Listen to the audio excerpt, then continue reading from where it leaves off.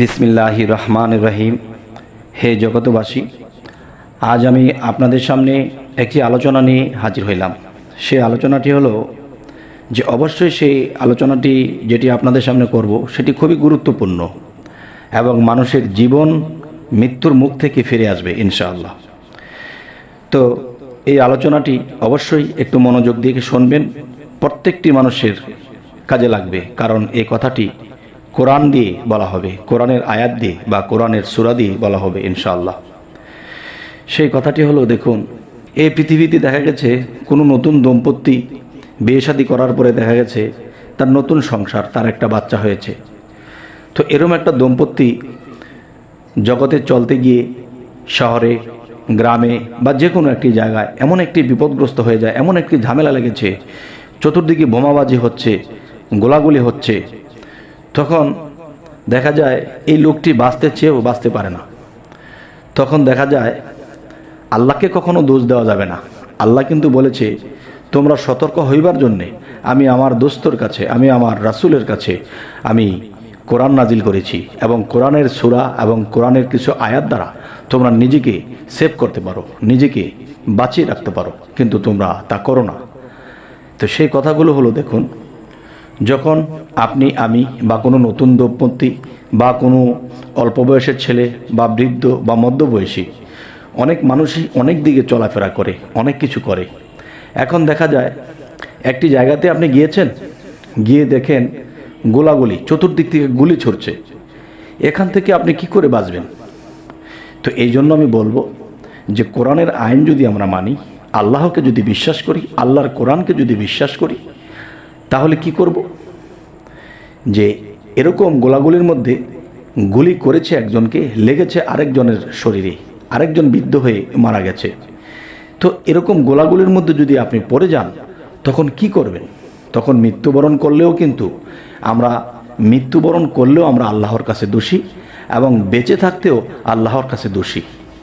তবে আমরা কি করলে এরকম গ্যাঞ্জাম থেকে, এরকম গুলিবিদ্ধ থেকে, এরকম বোমাবাজি থেকে আমরা বাঁচতে পারবো? সেই কথাটি হলো যে, দেখুন, যে আপনি যখন বাড়ি থেকে বের হবেন, আপনি বাড়ি থেকে যখন বের হবেন, তখন আপনি কোন নিয়ম, কোন বিষয়গুলো মানবেন? দেখেন, যে একটা কথা বলে থাকে, সময়ের চেয়ে জীবনের মূল্য অনেক বেশি। কিন্তু আমরা দেখা যায় যে সময়ের মূল্য দিচ্ছি, কিন্তু আমার জীবনের মূল্য দিচ্ছি না। আরে, জীবন যদি আমার বেঁচে থাকে আল্লাহর ইবাদত করতে পারবো, জীবন যদি বেঁচে থাকে আমরা জীবনে সাফল্য কিছু করে যেতে পারবো।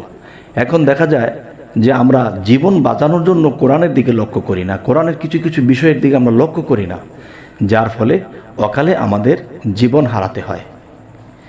তাই আমি বলবো যে আপনি যখন বাড়িতে আছেন, সকালবেলায় ঘুম থেকে উঠেছেন, যে একজন মানুষ যখন মৃত্যুবরণ করবে বা কোনো গোলাগুলির মধ্যে পড়বে বা কোনো ঝামেলার মধ্যে পড়বে বা গাড়ি চাপা পড়বে, এমন কোনো বিষয় হয়ে যদি কোনো লোক মারা যায়, এর আগে কিন্তু তার ভিতরে আত্মাটা তাকে অবশ্যই সতর্ক করে, তার ভিতরে আত্মাটা ছটফট করে, এবং দেখা যায় ঘর থেকে বের হতে গেলে সে এই দরজার ধাক্কা খেয়ে পড়ে গেছে বা হোঁচট খেয়ে পড়ে গেছে। তারপরেও কিন্তু একজন মানুষের হুঁশ হচ্ছে না, যে বাধা সৃষ্টি হচ্ছে। তো আমি বলবো যে কোরআনের আইন অনুসারে কোরআনের সূরাগুলোর দিকে দৃষ্টি আকর্ষণ করছি, এবং আপনারা আমার কথাগুলো অবশ্যই খেয়াল করে শুনবেন এবং এভাবে করবেন। ইনশাল্লাহ আপনাদের শরীরে গুলিবিদ্ধ হবে না, আপনাদের শরীরে বোমা বাস্ট হবে না, আপনার দাম্পত্য সুন্দর নতুন জীবনটা আপনার নষ্ট হবে না, এবং এই পৃথিবীতে যতদিন বাঁচবেন আল্লাহর ইবাদত করে মৃত্যুবরণ করতে পারবেন। সেই কথাগুলো হলো, দেখেন, যে প্রথমত আপনি কি করবেন? প্রথমত সূরা ফাতিহা 3 বার, দ্বিতীয়ত সূরা ইখলাস 3 বার, ফালাক 1 বার, নাস 1 বার। এটা পরে আপনি 3টা ফু দিবেন আপনার সর্ব অঙ্গে, আপনার হাতের মধ্যে ফু দিয়ে মাথা থেকে শুরু করে একেবারে নিচের দিকে আপনি হাতটা ডলা দিয়ে দিবেন। এই এক। আরেকটা বিষয় হলো যে যদিও কষ্ট হয় এই কাজটি করবেন।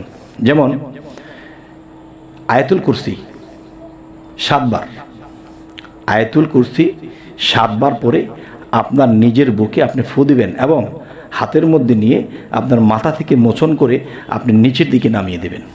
তখন কি হবে যে ইখলাসের মধ্যে আল্লাহ কি বলতেছে, ফাতিহার মধ্যে আল্লাহ কি বলতেছে, ফাতিহা সূরার মধ্যে যে আল্লাহর কাছে চাওয়া হতেছে যে হে আল্লাহ, আপনি আমাকে সহজ সরল পথ দান করেন। আমরা কিন্তু সেই সহজ সরল পথ আল্লাহর কাছে চেয়ে নিচ্ছি, এখন কঠিন পথে আল্লাহ আমাকে নেবে না। এই এক। আরেক হলো যে আল্লাহকে স্বীকার করেছি, আল্লাহ তুমি এক, আল্লাহ তুমি জন্ম নেও না, জন্ম দেও না, তুমি স্বয়ংসম্পূর্ণ। আল্লাহকে স্বীকার করেছি। তখন কি হয়েছে যে আমার নিজের মধ্যে ফুঁক দিয়েছি এবং সূরা ফালাক এবং নাস যখন পড়েছি তখন শয়তানের প্রবঞ্চনা হইতে আমাকে আল্লাহ রক্ষা করবে।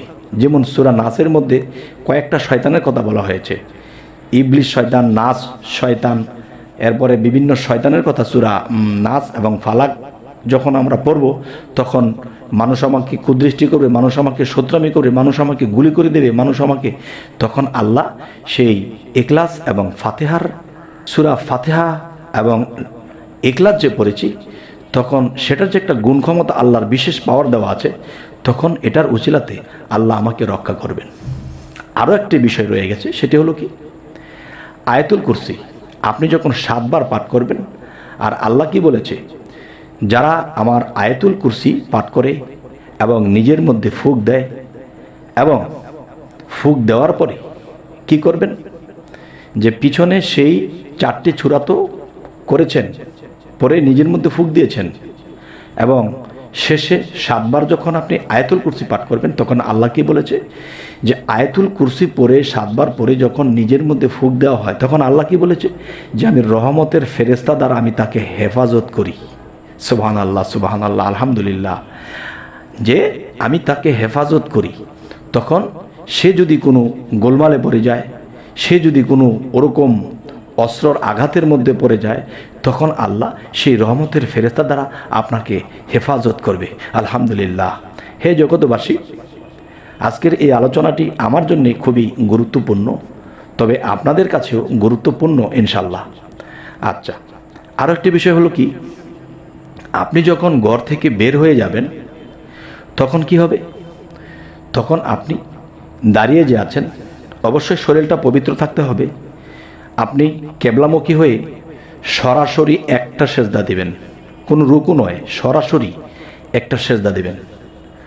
সরাসরি যখন একটা সেজদা দেওয়া হবে আর সেখান থেকে যখন উঠব, যে মনে হলো শরীরের লোমগুলো শিহরে যাচ্ছে এবং সেজদা দিয়ে যখন উঠছি মনে হয় আল্লাহর কুদরতি হাতে আমার মাথায় কে যেন ছুঁয়ে দিচ্ছে। সুবহানাল্লাহ। তখন আপনি এই সেজদাটা দিলেন কি, যে আল্লাহকে আমার মধ্যে এবং বাহিরে সর্বময় যে আল্লাহ বিরাজমান, তখন আল্লাহ আমার প্রতি খেয়াল রাখবে এবং রহমতের ফেরেশতা দ্বারা আমাকে পর্যবেক্ষণ করে রাখবেন যেন আমার কোনো ক্ষতি না হয়। আচ্ছা, এই বলে চলে যাবেন। তো অবশ্যই আপনি যে হোঁচট খেয়েছিলেন, আপনি যে পড়ে গেছেন, আপনি যে একটা সমস্যা বোধ করেছেন, তখন আপনি কি দেখবেন, তখন দেখবেন যে আপনি যাওয়ার পরে যে অবশ্যই কোনো গোলমাল বা কোনো ঝামেলা বা কোনো গাড়ির অ্যাক্সিডেন্ট বা বোমাবাজি যে কোনো একটা বিপদ আপনি দেখতে পাচ্ছেন। দেখবেন ওখানে মানুষ কত ক্ষয়ক্ষতি হয়ে গেছে, মানুষের কত বিপদ আপদ হয়ে গেছে, ইনশাল্লাহ আপনার কিছুই হয়নি। আপনি কোরআনের সেই সূরা অনুসারে আপনি নিজেকে সুন্দর করে ফু দিয়ে পাঠ করে যখন বের হয়েছেন, একটা সেজদা দিয়ে বের হয়েছেন, তখন রহমতের ফেরেশতারা আপনাকে সেই গোলমাল থেকে দূরে রাখবে। আলহামদুলিল্লাহ। তবে হে জগতবাসী, আজকের এই আলোচনাটি আরও একটু বলি, যে মনে করেন আপনি যখন সারাদিন কাজকাম করে সন্ধ্যায় বাড়ি ফিরেছেন, এখন দেখা গেছে রাস্তাঘাটের সমস্ত বিপদকে এড়িয়ে আপনাকে রহমতের ফেরেশতারা আপনাকে বাড়ি পর্যন্ত পৌঁছে দিছে। এখন মানুষ কিন্তু বাড়িতেও মারা যেতে পারে। দেখা গেছে মানুষের উপরে একটা আলমারি পড়ে যায় বা একটা ফ্যান পড়ে যায় বা ঘরের মধ্যে যে কোনো একটা দুর্ঘটনা হলো বা আগুন লাগার একটা দুর্ঘটনা হলো, তখন রাস্তা থেকে বেঁচে এসেছি, এখন আমি তো ঘরের মধ্যে বিপদে পড়তে পারি। তখন ঘরে ঢুকে শরীরটাকে পবিত্র করে ধৌত করে সুন্দর করে এরপরে কি করা হবে, আবার এই কাজগুলো করবেন। সেই কাজগুলো কি কি?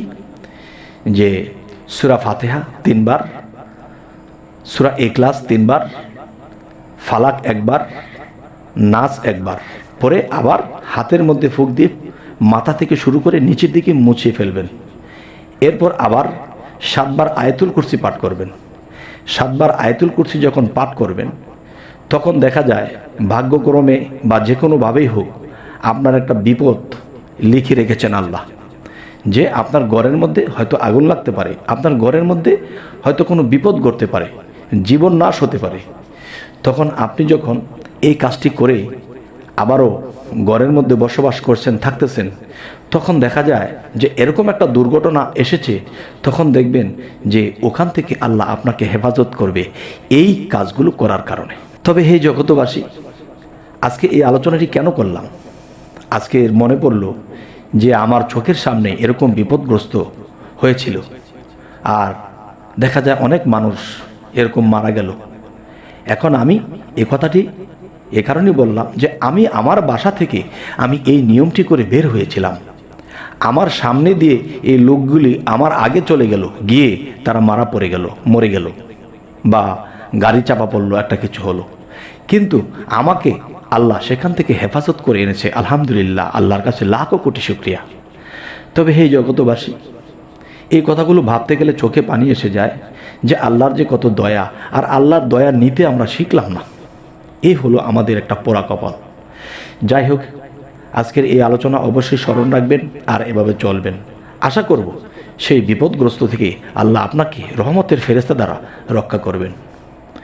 তো হে জগৎবাসী, সকলেই ভালো থাকবেন, এবং আমাদের চ্যানেল যারা নতুন দেখছেন, যদি পরবর্তীতে আরও কোনো আলোচনা আপনাদের কাছে পৌঁছে দিতে পারি, এই জন্য সাবস্ক্রাইব করে রাখুন। পরবর্তীতে আবার সাক্ষাৎ হবে ইনশাল্লাহ। তো এই বলেই রাখছি, সকলেই ভালো থাকবেন। আল্লাহ হাফিজ।